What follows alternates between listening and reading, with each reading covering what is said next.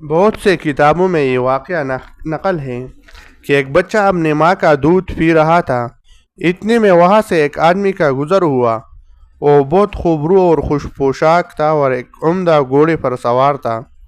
عورت نے اس کی شان و شوکت دیکھ کر کہا، اے اللہ، میرے بچے کو بھی اس جیسا بنا دے۔ بچہ فوراً ماں کی چھاتی چھوڑ کر اس آدمی کی طرف دیکھنے لگا، پھر بولا، اے اللہ، مجھے اس آدمی کی طرح ہرگز نہ بنا، اور پھر دودھ پینے لگا۔ اسی اثناء میں وہاں ایک اور واقعہ پیش آیا۔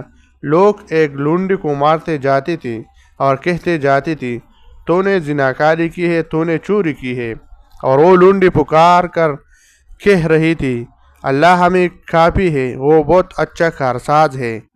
یہ منظر دیکھ کر ماں نے کہا، اے اللہ، میرے بیٹے کو اس کی طرح مت بنانا۔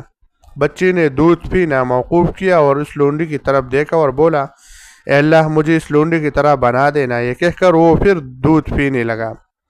اس کی ماں نے کہا، ارے میرے بچے، ایک اچھی صورت والا باوقار آدمی گزرا تو میں نے دعا کی کہ اے اللہ، میرے بچے کو اس طرح کا بنا، مگر تو نے کہا، اے اللہ، مجھے اس طرح مت بنانا۔ پھر لوگ ایک لونڈی کی پٹائی کرتے ہوئے گزرے، وہ اس سے کہہ رہے تھے کہ تو نے زنا کیا ہے، چوری کی ہے۔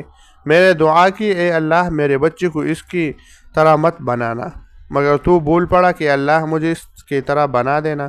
آخر اس کا سبب کیا ہے؟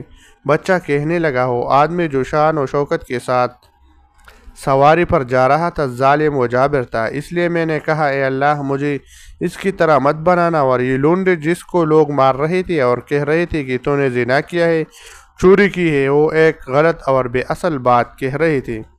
اس نے نہ زنا کیا تھا، نہ چوری کی تھی، وہ بالکل بے گناہ تھی۔ اس لیے میں نے دعا کی کہ اللہ، مجھے اس کی طرح بنا دینا۔